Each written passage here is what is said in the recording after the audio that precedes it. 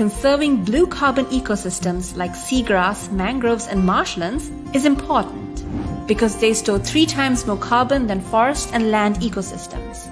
They also provide jobs and income to local economies, improve water quality, support healthy fisheries, and provide coastal protection. However, it is estimated that half of the global mangrove cover has disappeared in the last 40 years. Did you know Sri Lanka was designated as the global mangrove champion under the Commonwealth Blue Charter? Over the next decade, Dilmah Conservation will commit to restore and conserve over 24 acres of degraded mangrove forest in Sri Lanka. We are collaborating with governmental organizations, local communities, educational institutes, and other corporates. We aim to create a replicable model which will restore mangrove and shallow marine ecosystems with socio-economic development by the year 2030. Mangroves are a unique ecosystem, a special ecosystem, and a vulnerable ecosystem. But we can protect the mangroves together.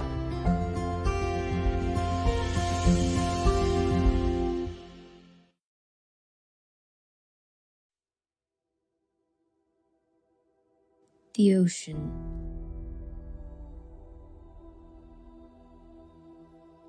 Our island is surrounded by it. We live in the midst of it. Mesmerizing. Enthralling.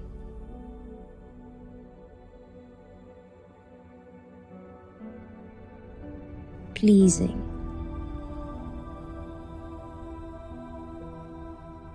Our ocean is unique, a vibrant marine habitat. We have loyal whales who never leave our seas. Turtles who always return to our shorelines. Mangroves sequestering carbon. Dugongs gliding beneath the waves. Seagrass meadows pumping oxygen we breathe. Underwater reefs sheltering marine life. But they're struggling. Coral reefs bleached. Our seabeds scraped over by foreign fishing trawlers. We're depleting our marine life through overfishing.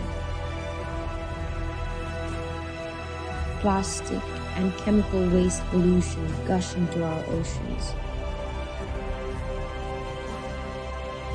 Coastal sand is disappearing. Marine animals killed by dynamite. Turtles entangling in goose nets. Ships colliding with whales. Climate change. Global warming. Oil spills. Coastal construction. Ocean acidification. Ocean's life is draining. We need the ocean. Our survival depends on it. The sea around us is now a hotspot for geopolitics, trade, security, maritime ventures, and crime. Our impact on the ocean matters. Our ocean is our lungs, our hearts, our nerves. Without it, no one can survive. We can only thrive if our oceans survive. Let's strive to be the guardians of the ocean. Let us be the protectors, together, for our ocean.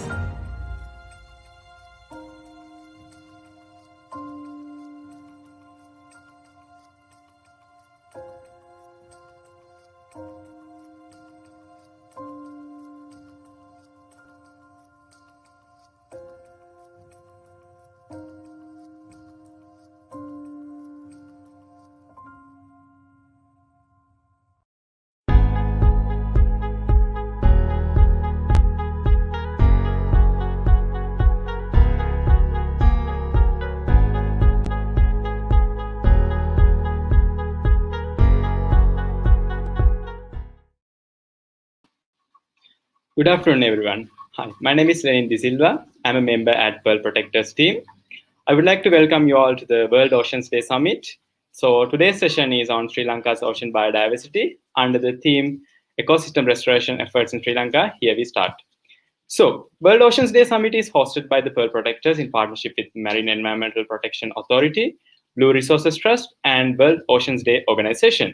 So, the World Oceans Day Summit intends to delve into the aspects of the oceans around Sri Lanka while highlighting the key challenges, opportunities, and inspiring the Sri Lankans to love and care for our marine environment. So, when we talk about today's topic, the ecosystem restoration's efforts in Sri Lanka is a very important aspect to discuss because the objective of ecosystem restoration is to contribute to the conservation and the sustainable use of biodiversity as well as to create social, economic, and environmental benefits. So the session we are discussing about the efforts of reversing the degradation that we have caused to our marine ecosystem. We have got some great guests today. So, introducing Palinda Perera, who is the Corporate Social Responsibility and Sustainability Manager at Shangri-La, Hambantota. And then we have Shamodi Nanayakkara, Manager, Corporate Sustainability and Conservation from Dilmah Conservation. And last but not least, our own Salinda Kandapola, who is the Sustainability Corporate Manager at Tokyo Cement.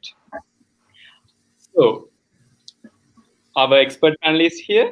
So I would like to request all our audience to send us any questions you may have, and we will try to answer the most relevant and interesting questions at the end of the session. You can forward your questions in the comment section of the Facebook and YouTube as well. So, hello everyone. To start off, I would like to ask from Palinda, first of all, what actually Shangri-La is doing in marine conservation efforts? Can you elaborate? Well, as a part of CSR and sustainability from Shangri-La, one of the things which we've done is enhancing biodiversity over a small plot of marine area. So that's what I'm going to discuss over here.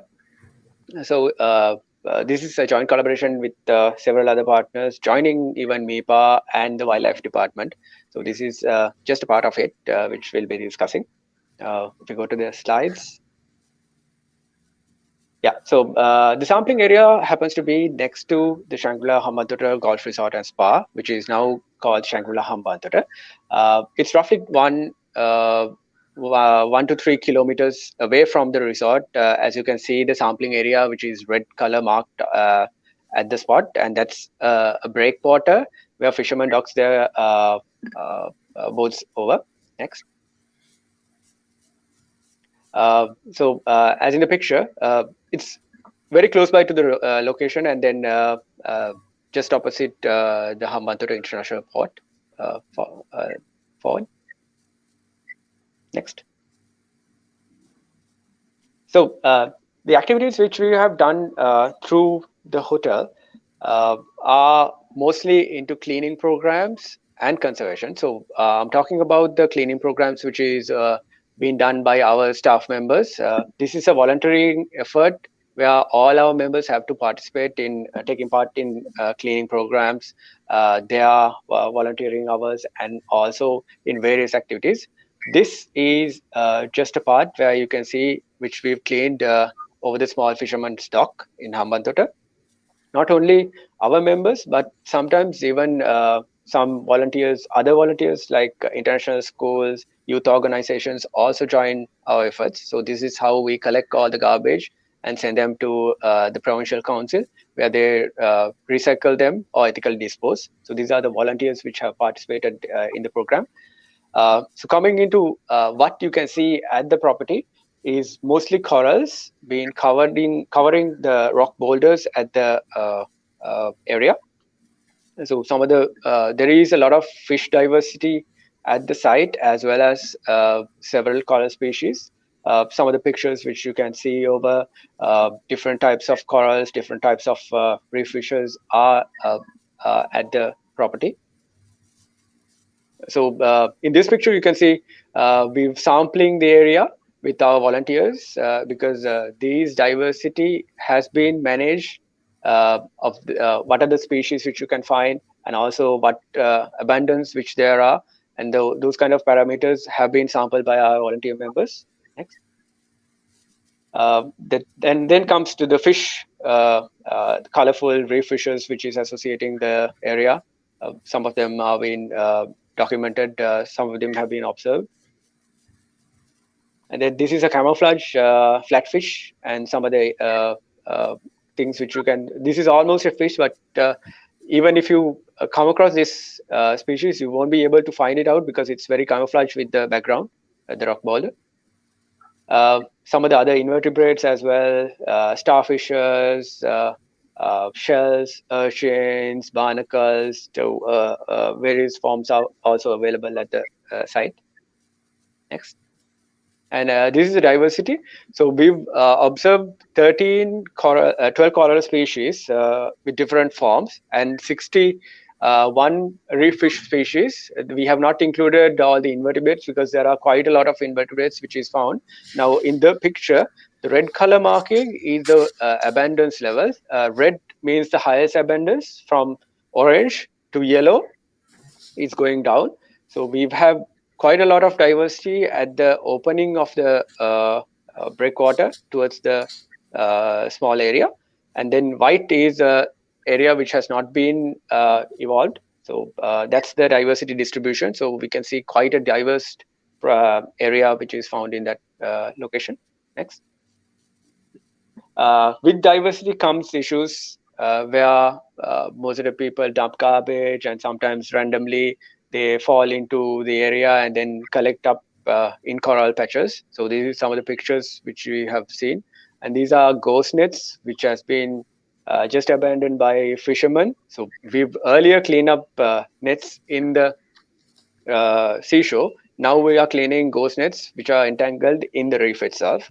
So this is a huge ghost net which we removed, and all our volunteers eagerly taking part, as in the pictures. It takes a lot of effort because we can simply uproot it, but if you remove it as it is, the coral will also break. So it takes a long time to carefully remove all the damage at the ghost nets. And this is MIPA helping us to measure the water parameters at the spot, so that we know these are the measures which we need to reintroduce if we are doing any conservation programs. Plus, we've done some articles regarding this basic environmental assessments which we have done over there, plus the activities we carried out. And not only that, we've got involved with Sri Lanka Youth Network to join the local school, which is very close by to the resort. And then we've educated them on sustainable development with climate action programs. So this is one of the programs which we've done over here. Where our team members go and educate what species are there, what you need to conserve, and why it's important. So these kind of things have been done. This is a 2-day program. The first day we did the teaching lessons, the setting up their mindsets, and then asking them questions and giving them work. So the second day, next slide, we took them to the beach so that they could observe themselves that the diversity is just next to them. So that's what we wanted to show, and then get them aware of what they need to look into, so that there is a lot of education plus getting them interested over wildlife and the environment, so that this idea goes a long way. Next. So we did a little bit of ghost net clearing as well. That's the principle, removing a ghost net with the opposite side, where you have some of the kids joining us to observe the reef ecosystem. Next.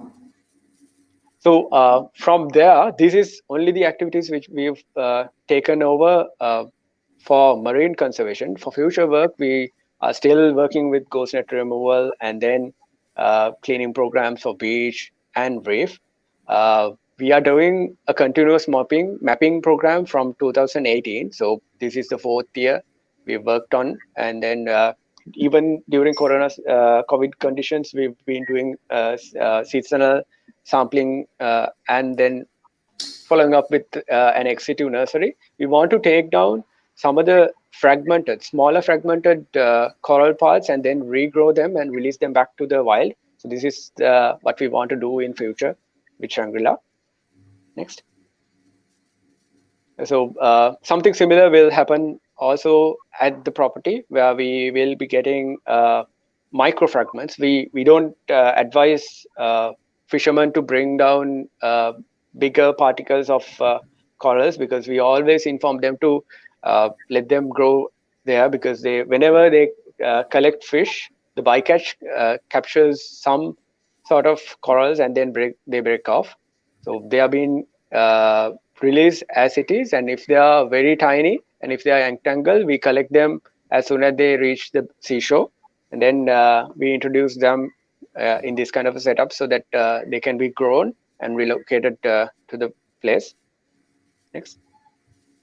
So that's the resort where we'll be doing an artificial ex situ kind of a nursery. So in time to come, maybe in 2 to 3 years, you might have a lot of activities where we can join every one of our members, volunteers, where we can take the corals and go back, plant them at the spot. So that's what we've done so far.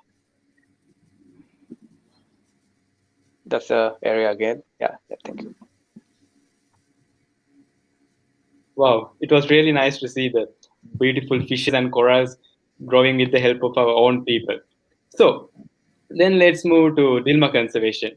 Shamodi, then I think you can elaborate what Dilmah conservation is doing so far in the conservation efforts in Sri Lanka. Would you like to share share the story with us? Yes. Thank you so much.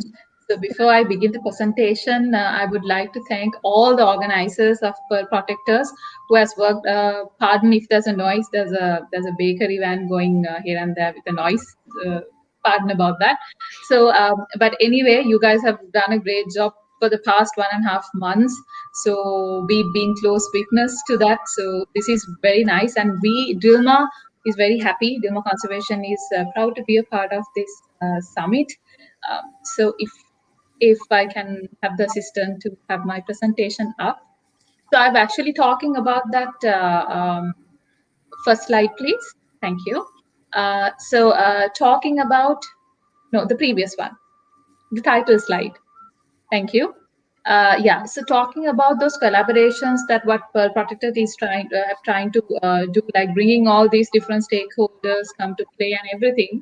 So getting a start from that, I would like to talk how Dilmah Conservation has been trying to convert the conventional CSR into impactful conservation initiatives where there's an actual gap is existing. So first slide, please. Thank you. So far, over our 13 years of existence of Dilmah Conservation, we've contributed to 12 nature-based solutions, including nature-based agriculture and other terrestrial ecosystem conservation work, wetlands, and other areas. But our coastal, there's a very good publication recently, a handbook to nature-based solutions issued by IUCN. If you have a time, it's freely available. Take a look. It's really good, very enlightening. It actually shows how the development and conservation and how to meet them for a sustainable solution. So that is there. So give it a read. But anyway, Dilmah Conservation start our coastal conservation work or coastal or marine ecosystem related conservation work with Kayankani Coral Reef baseline survey, which dates back to 2012. So back then, Kayankani was an overused, exploited coral reef.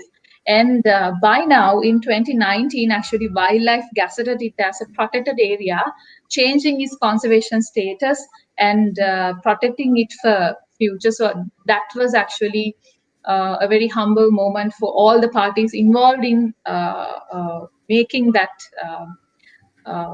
change. So starting from that too, we've been involved in so many coastal restoration programs too. We work hand in hand with MIPA for a long period of time now. And so today I will be focusing on rather new avenues of Dilmah conservation that we are getting into blue carbon ecosystem restoration, which we only started in last year, the COVID year. So next slide, please. So yeah, we have a project, we have an initiative called Green Recovery, which goes way beyond our business area, the focal area, means the plantations, the tea plantations. So we have a green recovery. Under this green recovery, we have plantation, terrestrial restoration, and nature corridors in plantations, so on and so forth. But we are focusing on these two very special ecosystems also. In my coming slide, I'll explain why. One is defending mangrove, which we started in last year. It's in located in Kalpitia. The other one is a forest underwater, which will be the major focus of this presentation, that is seaweed and kelps. Next, please.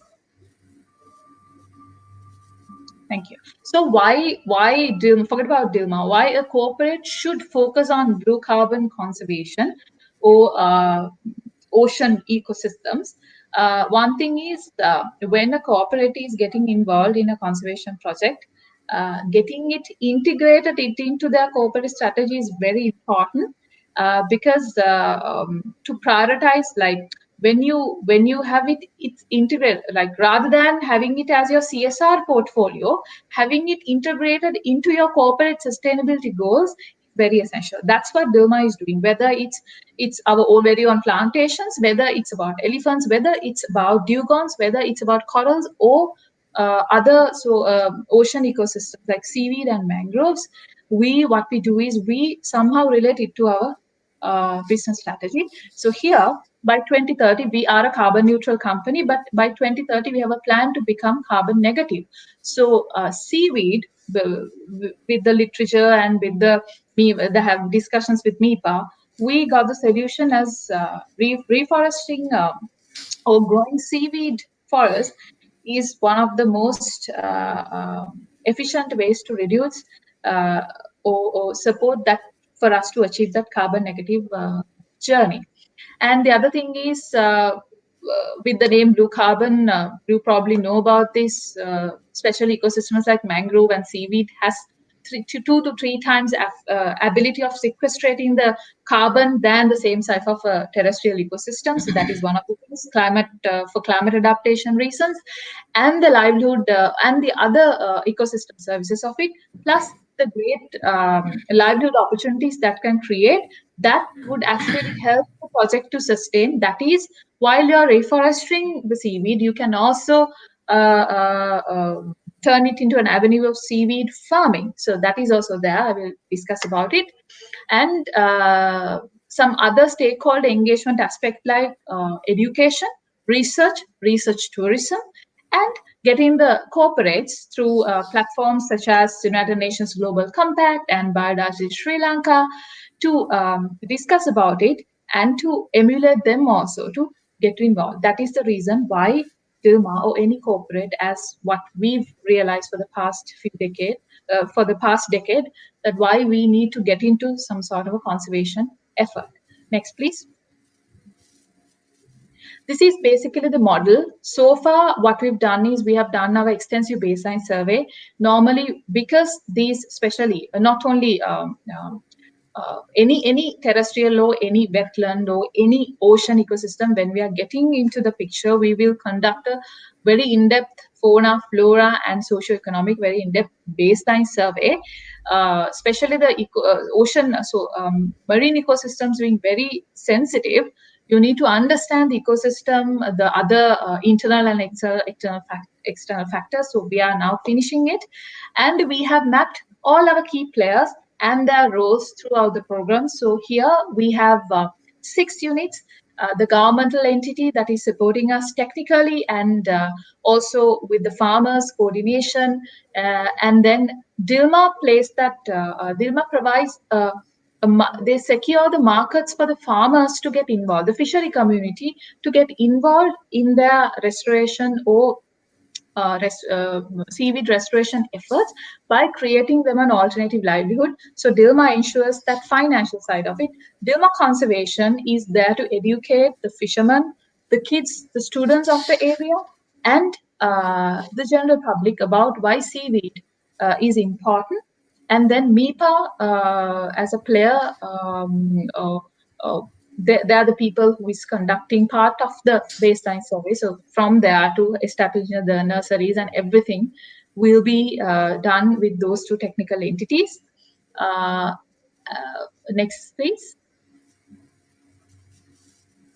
So some Eucoma and Ulva species will be grown, and these are some sample sites. One is in Kites and one is in Mana. So you'll see these are very fastly grown, and also as farming also this is very lucrative. Why we encourage these fishermen to have seaweed farms rather than other prone aquaculture or other things, because this is comparatively very less environmental impact is caused. All these resources or the raw materials that they use to cultivate this can be used it over and over again. Next. So community has a lot of angles to play in this, and citizen science is very important. Since I'm running out of time, I will be discussing it perhaps in the next round or something. But community is very essential.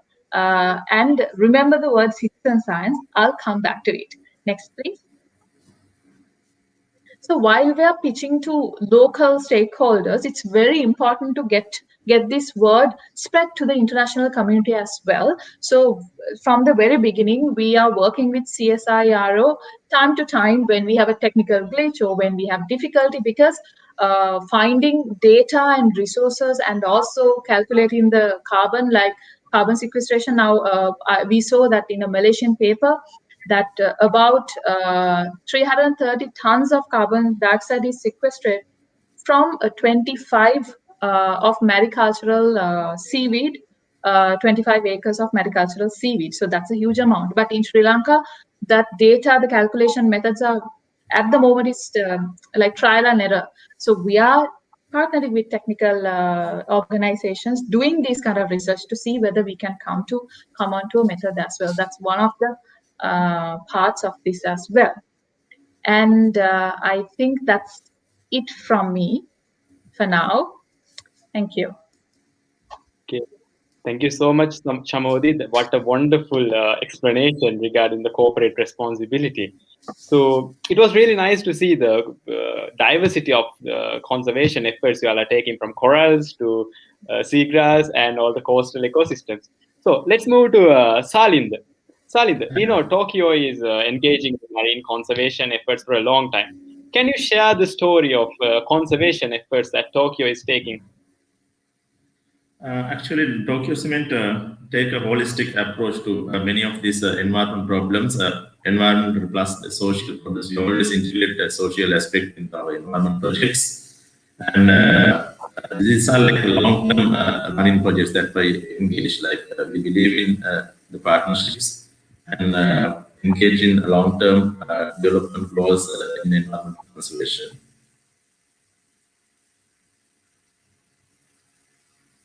Yes, thanks. So from here, I will start my presentation. So we are basically, today, my title is given as this ecosystem restoration. So I'm directly trying to explain a couple of ecosystem restoration projects by Tokyo Cement. This is coral research and mangrove. So this is the unique coral project that we are doing. Next, please. Next, please. Yes, this is a unique project, reef ball planting, we call it.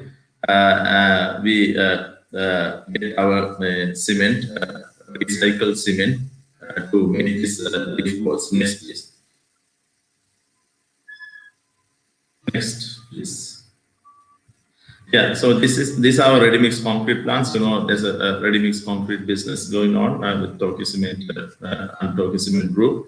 So there we expect samples for testing the strength and quality. So these samples normally otherwise would be thrown away. We use them to upcycle as environmental useful something called reef balls. So these reef balls are designed to withstand the forces of the nature and grow the corals under the sea. Next, please. So this is how it happens when we take our trucks out. We take the samples. These samples being put into the molds, and the leaf balls are made. Next. Yeah, so this reef ball planting, we join with many partners. Actually, Tokyo Cement directly don't go because our expertise is different. So we work with, especially with Sri Lanka and Navy, because they have the manpower and the Blue Resources plus our key partners in scientific knowledge. And there's another organization, this Coastal Resource Conservation Association.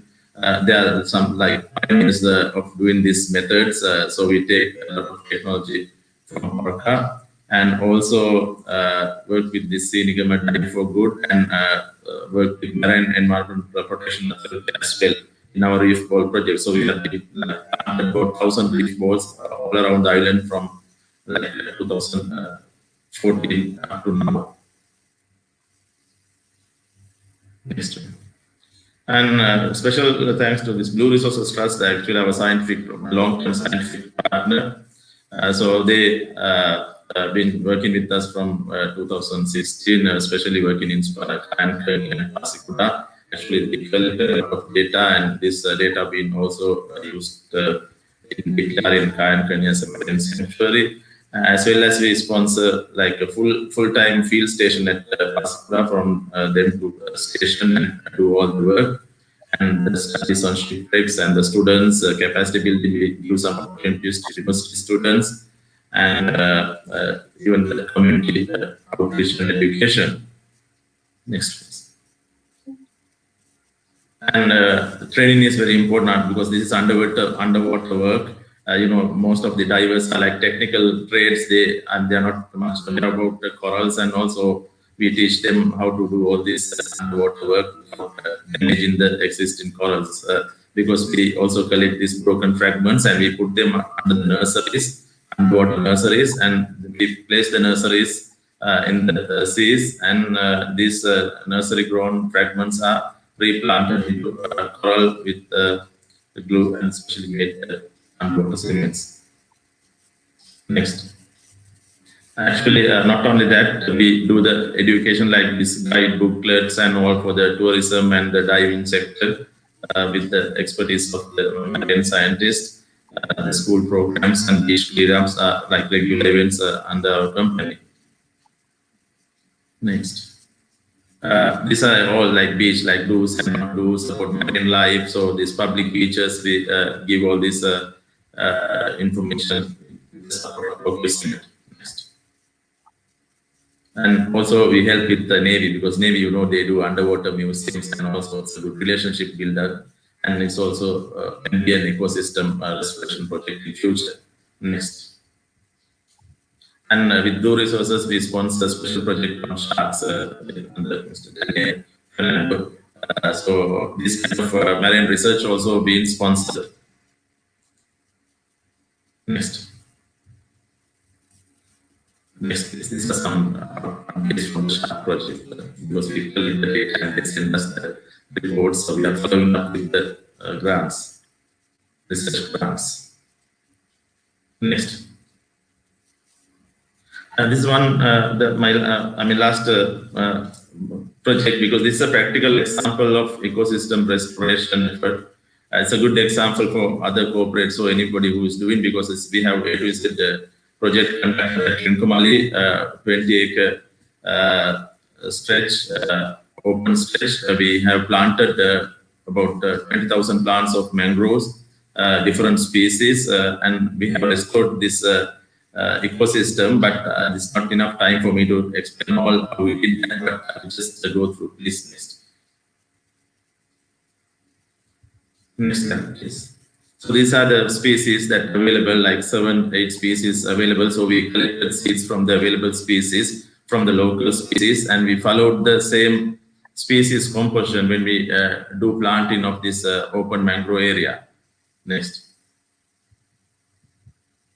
And these plants were kept in a nursery like 8 or 9 months, 1 year, and get them grown enough for planting. And these nursery plants being planted in the field at the time.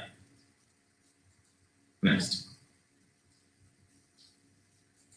This is actually the area we planted. This is some unfortunate incident. I mean, during wartime, there were a lot of threats in Trincomalee Bay, the harbor and Navy camp. So they had to, bulldoze all the mangroves and make it like a desert due to security reasons.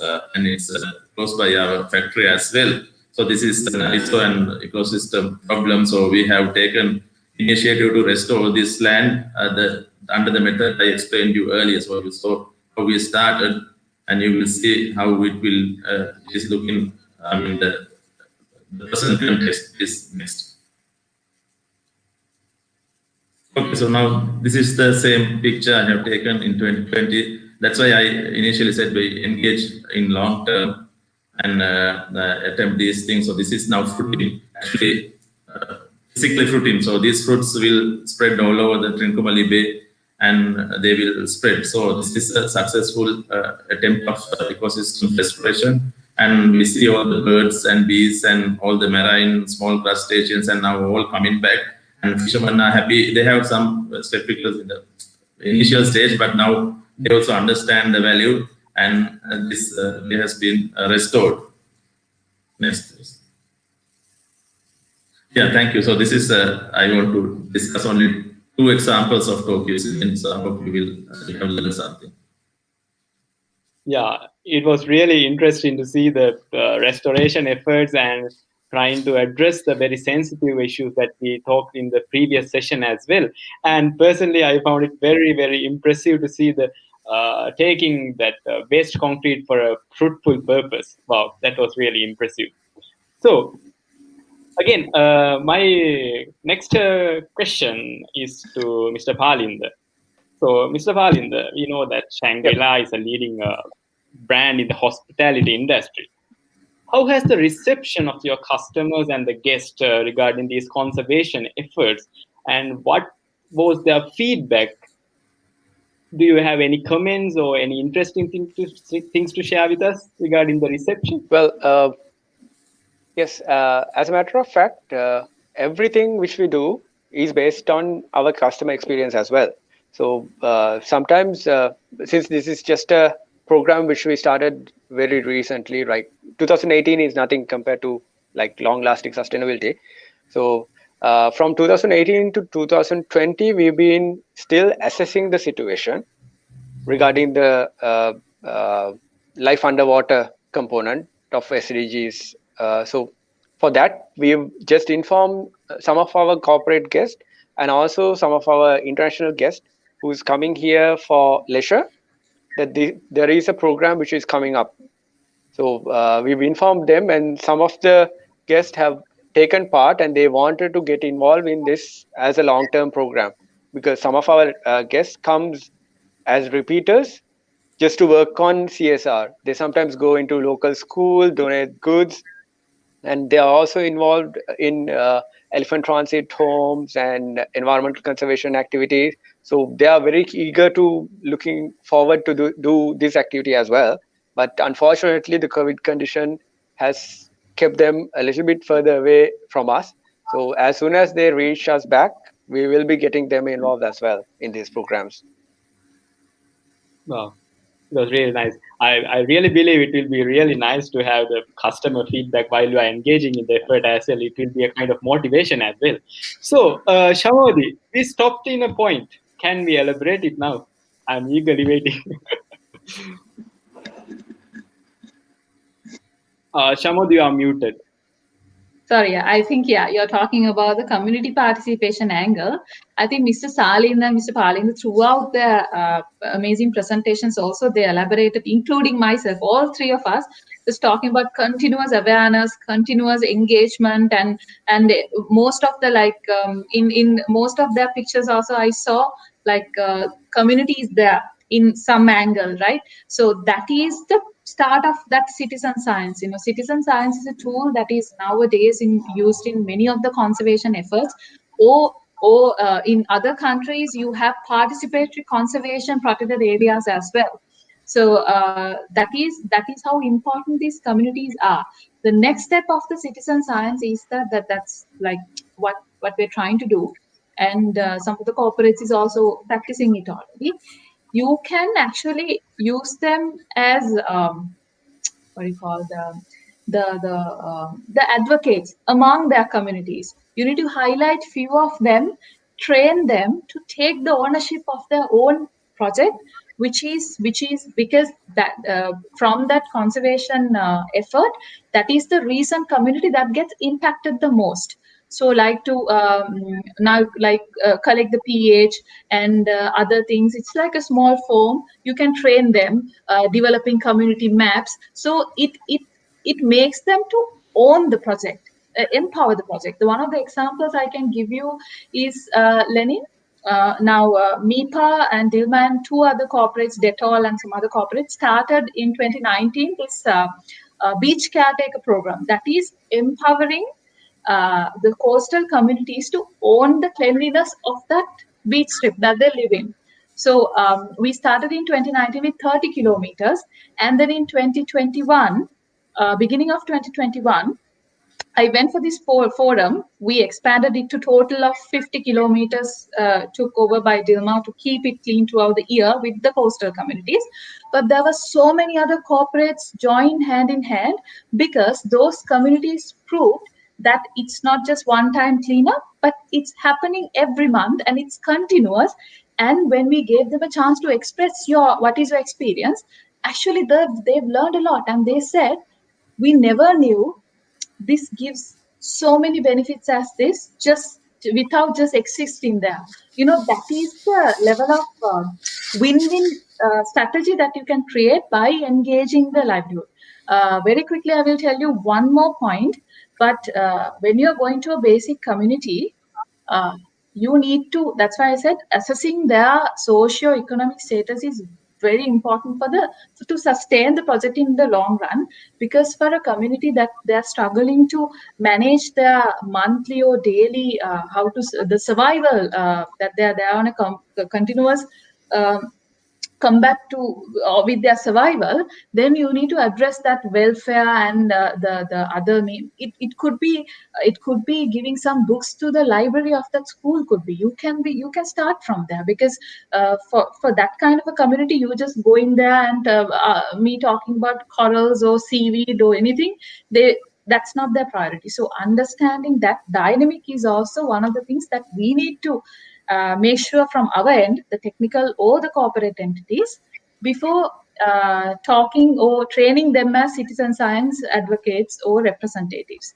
So that, I hope that addresses the part that I skipped. Yeah, definitely. I really believe you gave a very good explanation about identifying the real problem, diving deep to the problem, and empowering the communities to assess the situation and flourish. Wow, what a good explanation.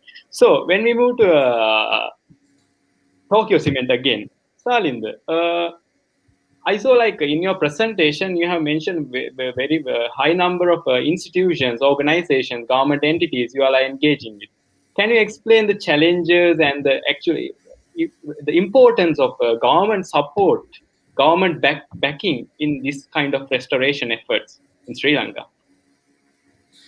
Yes, I mean, when you take Sri Lanka, especially most of the land and sea belongs to government, so when we want to go there, we want to get their permission and get their approval. So that is the key important. I mean, even when we are doing our own land, mostly we are working on the government land and government under government institutes. So that is the challenges, and also they are when we work with the government,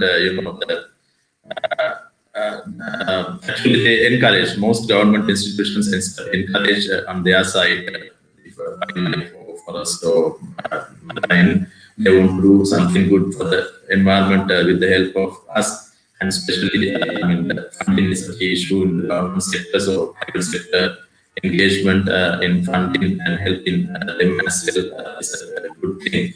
And this is where the multiple stakeholder thing comes, because you need now Tokyo Cement is a cement business, so we're not underwater some scientists, so we need to get the scientific experts, And also, I mean, these scientific experts don't have labor, so they don't always go under the sea and go to mangroves and plant, and you need manpower. So that's where the Navy, like bigger organizations, come into play. And the government institutions and private and NGOs all should work together in achieving these common goals. I mean, coming back to the government, like the government also having problems, like they are afraid. Like, sometimes they when they give permits, they are thinking twice, like it can be misused. Actually, it happens in our country, so we can't blame them. So and also they don't have proper infrastructure, like and follow up these projects. Like I'm talking about the institutional infrastructure in the government organization. So that's also needed because when it is catching, so they are also a little bit. They're discouraging some projects because they can't really monitor. So that's also a problem. So these are like challenges we face, like doing these difficult projects. Like getting into the mangroves, real big areas, and doing planting, going under sea and diving and placing reef balls under the sea and planting corals. These are actually technical and practical challenges. Yeah, thank you so much, Salinda, for sharing your thoughts and experiences in this restoration efforts. One more quick question to three of you. In simple bullet form words, can you tell the qualities or the tires that your company followed in these restoration efforts that even myself or even any other corporate can take them as motivation or examples? Quickly, can you tell the most three important tires your company followed? First, Palinda, please. Well, replicability, because we want to be transparent throughout all the process, and then give this experience to the future generations so that they can go through everything. So we document it and then keep it as sources so that everyone can share. And even I'm now at MIPA, working with MIPA team to work on this marine vessel damage compensation reports. So we are also helping the government plus the community so that they can get involved with corporate so that something is happening in the big run, long run. So one thing which I want to highlight is share your ideas, because whenever you share, you will get something good in feedback and also suggestions. That's what we want the most. Yeah. Wow, really appreciate that sharing part. So, Shamodi, what's your idea about this? Yeah, I very much agree with Palinda on his first point. That is actually the first point of us as well. Being transparent, keep it document so that someone else can replicate. Also the other benefit of it is that there's no hard and fast rule that you need to stick to the same method. Conservation is a science that evolves, every year. So keep an open bulb for new knowledge and everything. Now, even to have someone dedicated to search for what is going on new and who is doing what, and so what we can learn in the best way. That is one of the things that we practice. And always start small. When you are initiating now the CV project, we started with 5 acres, and then next year 25 to 100 to 500. It's like that. Never risk, because you are making an impressive business case or impressive news.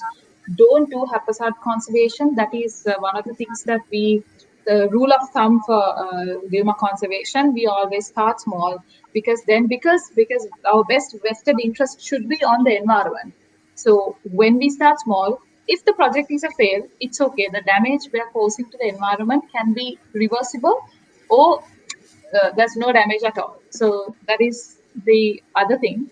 And get the technical entity or the government authority and the universities and their knowledge involved as much as possible if you want a sustainable project, the long-term project, and work them throughout the project hand in hand. Those are the couple of best practices that we have. Wow, thank you, Shamodi. So, Salinda, what's your idea about this? As I explained from my presentation throughout, like this, the ecosystem, so agriculture, planting, those things are like you can't achieve goals in 1 year, 2 years, or you have to engage in very long term, like 10, 15, 20 years. So the key to touch this, if you can't get involved, don't do it like just to, do it. So engage long term, as somebody said, success or fail, you have to get engaged and long term. That's the key to, especially this ecosystem restoration, as when we talk, and also engage in real ground level. You have to get the things to ground. Otherwise, this everything is all good, but if it doesn't make an impact on the ground, it's useless. So those are like the key things in our projects, like we expect from our environmental projects, long-term engagement and engage in ground. Yeah, really thank you for that comment. I have like my comments box is flooding with well wishers. They are commenting to keep the good work up. And there's a question I would like to pick up. People are requesting, what are the ways can volunteers join with you all? Is there any specific way? Maybe Dilmah Conservation can answer this question. Any volunteer opportunities you offer?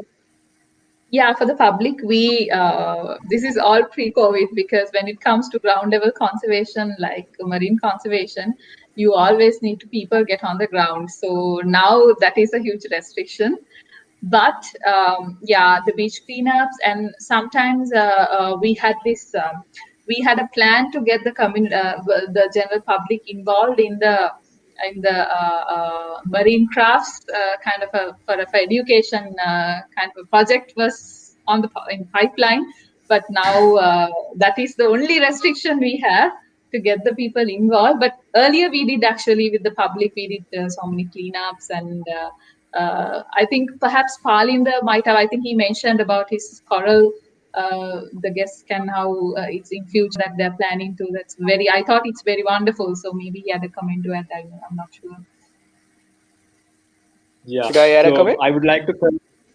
Sure, definitely.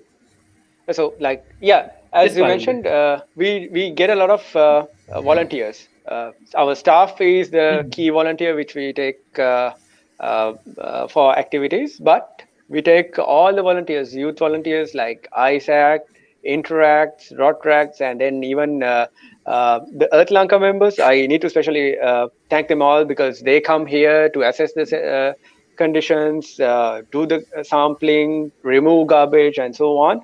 So international schools, local schools, we get a lot of volunteers. If they want to join us, just drop an email, or even maybe on Facebook, SLHT Eco Center. They can send us information, but as she mentioned, that will be after COVID, for sure. We will get involved with any volunteers, any corporates, even joint corporations with other corporates as well. We'll be able to do volunteer activities. So anything is possible. We just have to wait until this is over, and then we can start again. Great. So audience, you all heard what they said. Reach to them and do some real what you love, right? Okay. With that, first of all, I would like to convey the well-wishing messages to three of you.